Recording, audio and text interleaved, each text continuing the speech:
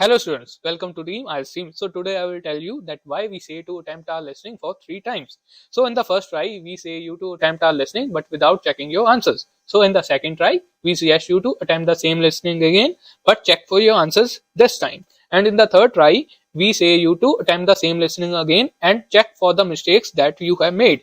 We say this because you will get to know about the mistakes you are making while doing the IELTS listening test. This will help you to enhance your listening scores. You are going to hear a conversation between an agent and a client. First, you have some time to look at questions 1 to 6.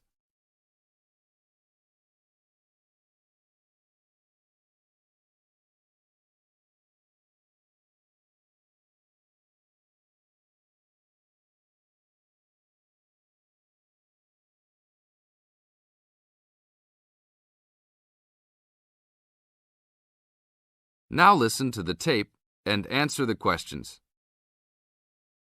Hello? Hi, good morning. Are you open yet?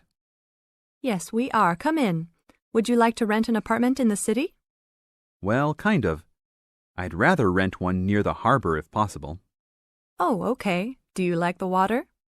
Yes, I do, but I actually repair sailboats for a living, so I'd like to be close to work. That's understandable. We all want to live close to work.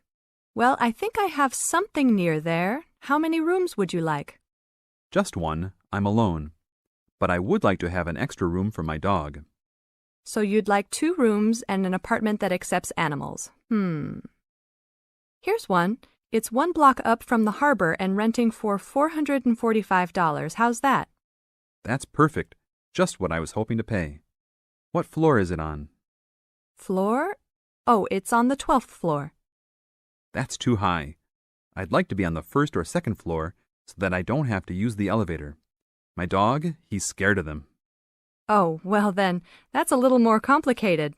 Let me make a few calls. Okay, I think I found a couple more for you. Here's one that might suit your needs. How much? $395 a month. That's cheap. But it's only a 1-bedroom, a large one, but it's still just 1 room. Oh, well, regardless of whether the room is small, I still need a separate room for my dog. What else do you have? Then I have a 2-bedroom for $565 on the second floor that is a little further away from the harbor. How far? About a half mile, and they accept pets. That's a little more than I had planned on paying, but I guess I could look at it. What's the address?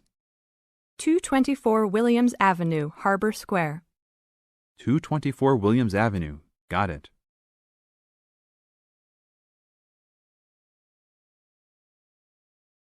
Now look at questions 7 to 10.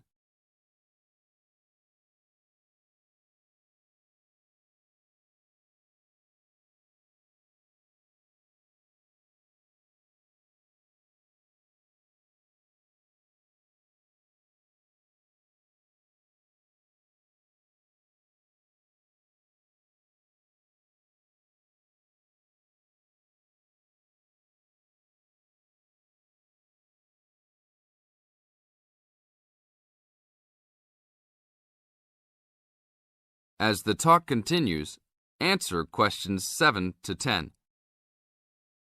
What else is included? Let's see, it has a washer and dryer, refrigerator and stove, a bed, dressers and shelves, and access to a swimming pool, game room, and gym. Ooh, I'll definitely take a look. Hi, how did you like it? It's great. I love the amenities, but the bed and furniture are awfully dirty. Can they replace those before I move in? Sure, that shouldn't be a problem. Anything else?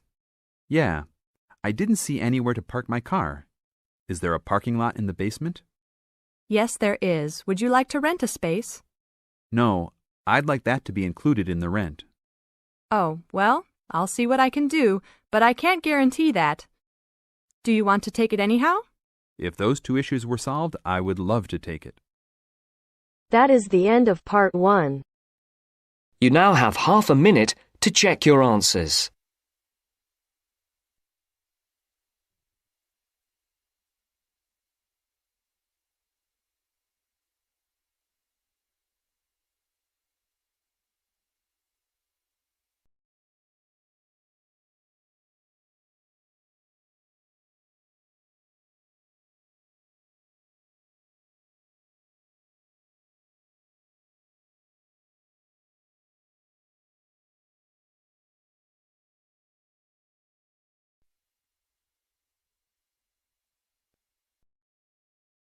Now turns to part 2. Part 2. First, you have some time to look at questions 11 to 16.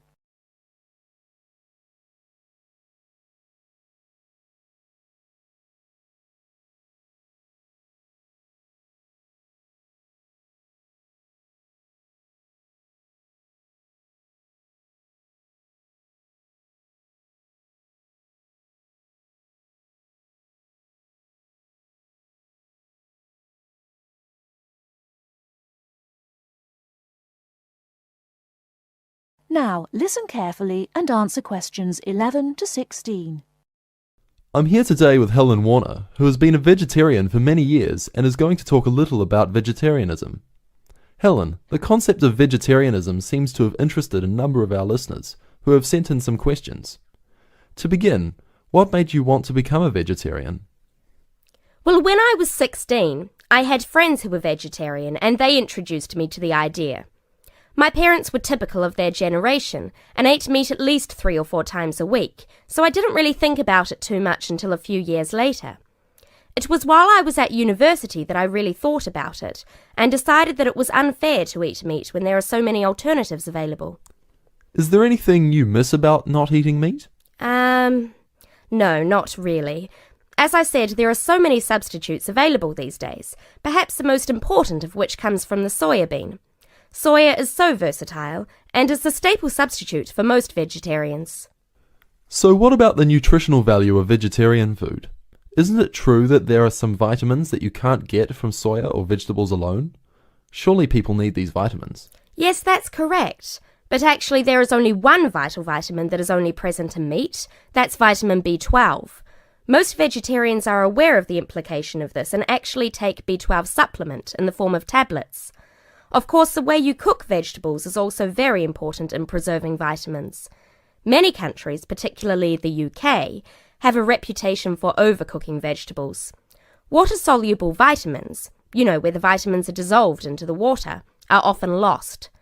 Vitamin C is a common example. However, the loss of vitamins can be avoided by microwaving or steaming vegetables, which is what I do whenever I cook. Some people don't want to change their cooking habits too much, so if you do boil them, simply cut down on the cooking time. So a vegetarian diet is fairly healthy then? Oh yes. A lot of people believe that vegetarianism is unhealthy, but that's actually not the case. Vegetarians are actually considerably healthier than many meat eaters. Consider for a minute the health aspects of the incredible amount of meat this country and others like it consume. The statistics for beef eating, for example, are quite frightening.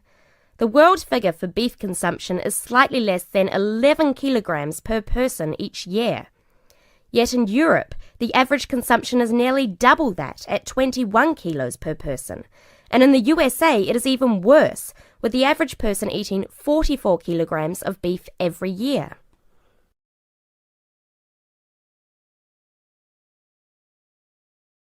Before you hear the rest of the talk, you have some time to look at questions 17 to 20.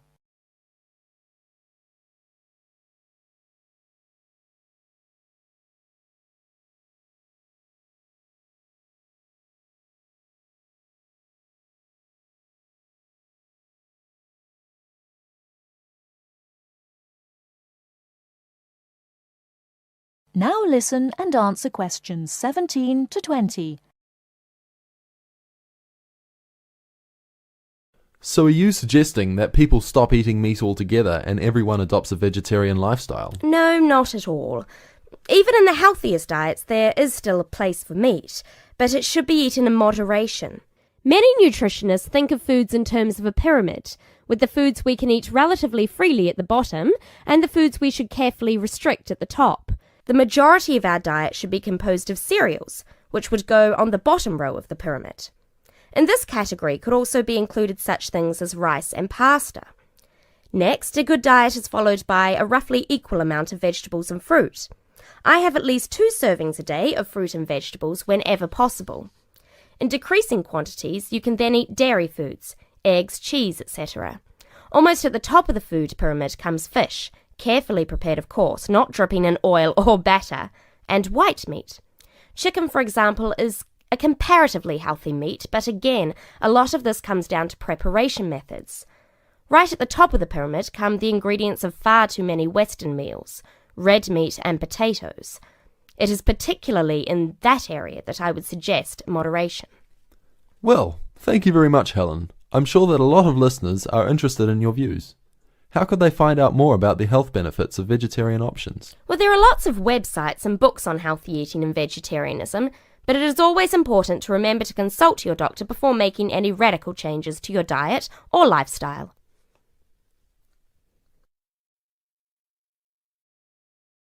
That is the end of part 2. You now have half a minute to check your answers.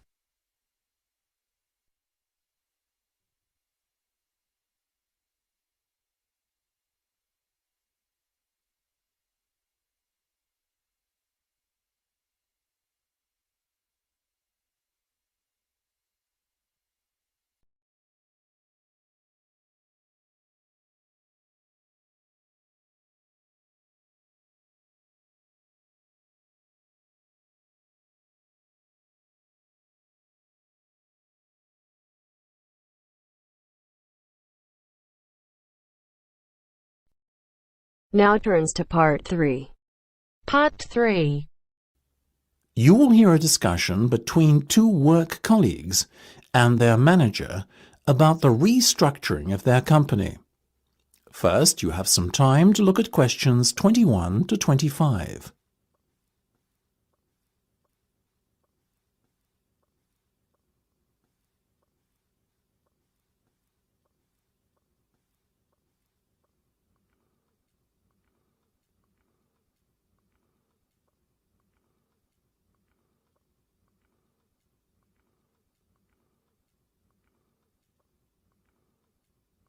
Now listen carefully and answer questions 21 to 25.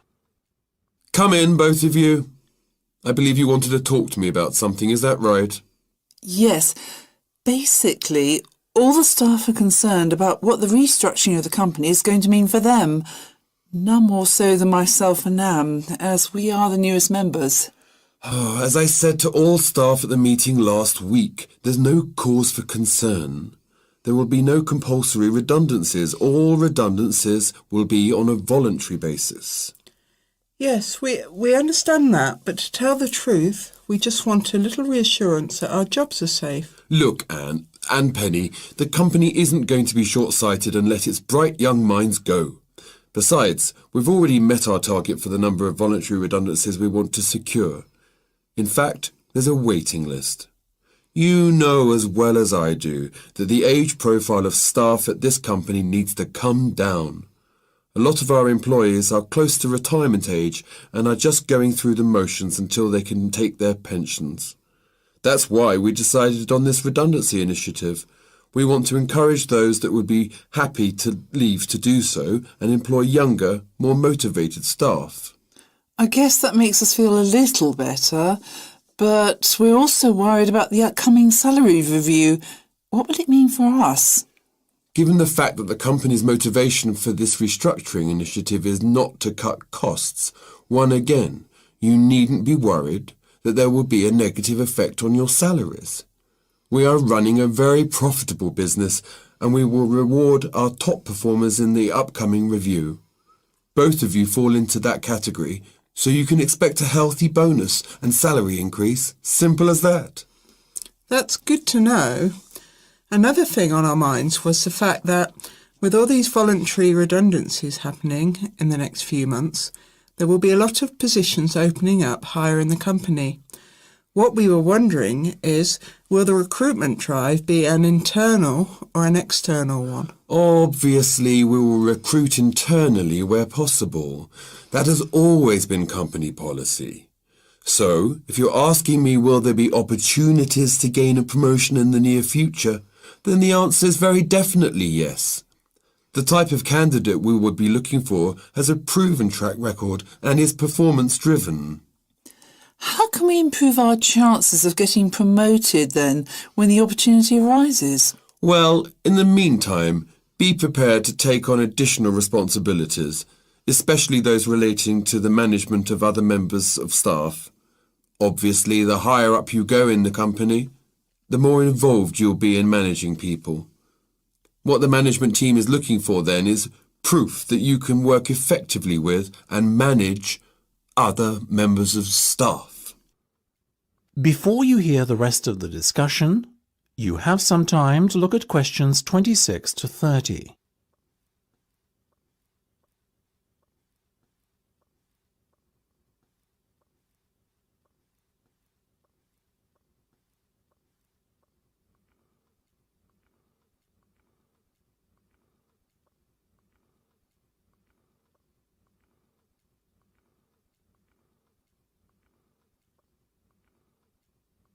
Now listen and answer questions 26 to 30.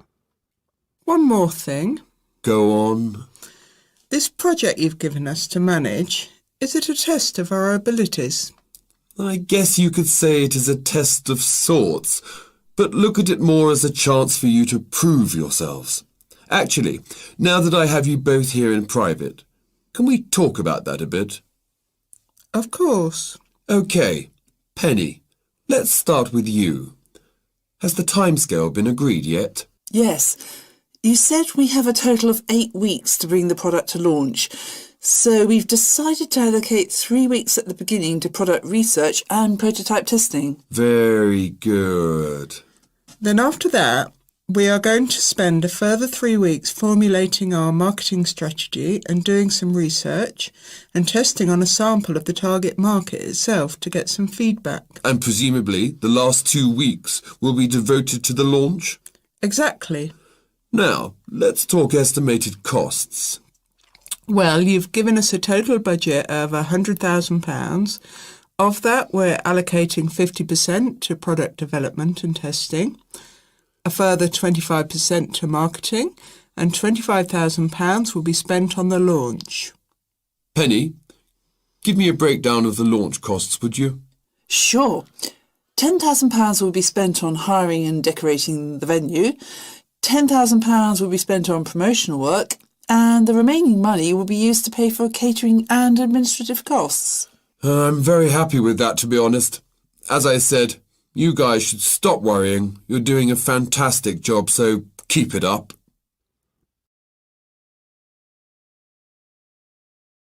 That is the end of part 3. You now have half a minute to check your answers.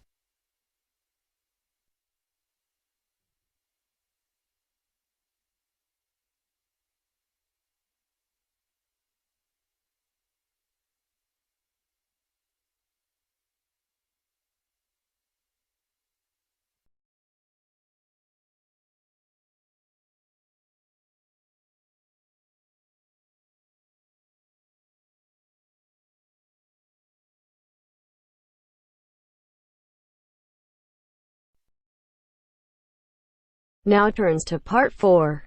Part 4. 9. Listen to the second part of our lecture. As you listen, complete the notes below. First, you have some time to look at questions 31 to 40.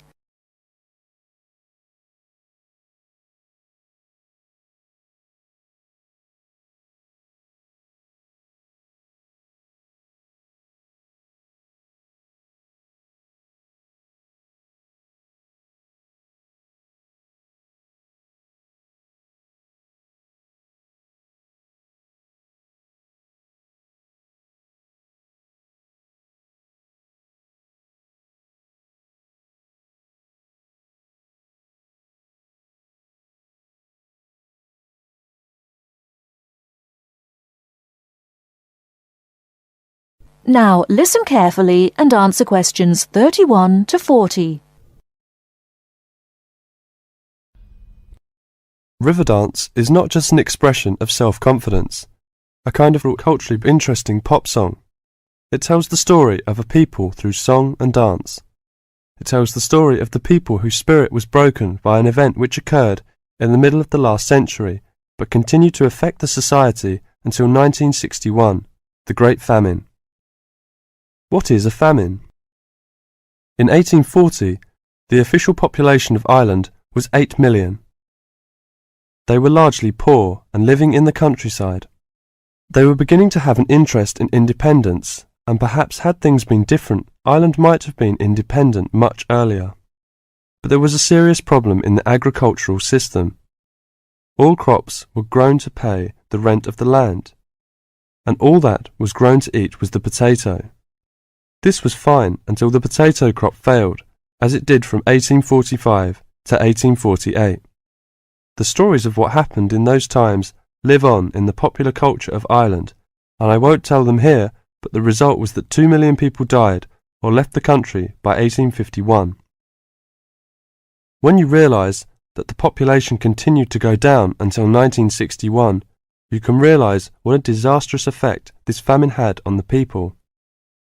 Compared with China, imagine if the famine of 1960 reduced the population by a quarter and it kept falling to less than half of its pre-famine figure. Anybody with ideas left and went to England, America or Australia. The people left behind were broken by their experiences and, in effect, the famine and its consequences put an end to all serious development in the country until well into this century. The Irish in Ireland lost all hope and self-confidence, and much of our modern culture is about the sadness of that time and the sorrow of saying goodbye to those who left and left well into this century. Ireland has the highest emigration rate of any country in Europe for the last 2 centuries. We even have an expression for this saying goodbye. It is called the American wake. It means the ceremony, like that of a funeral for someone going to America, because you will never see him or her again. Do you know why there is Irish music on the film Titanic? It is because most of the people killed were Irish.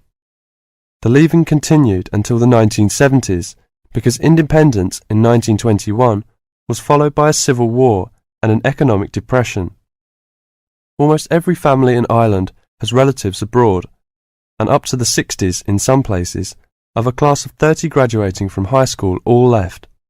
Along the west coast, closed-up houses from that time falling into ruin are still common. That is the end of part 4. You now have half a minute to check your answers.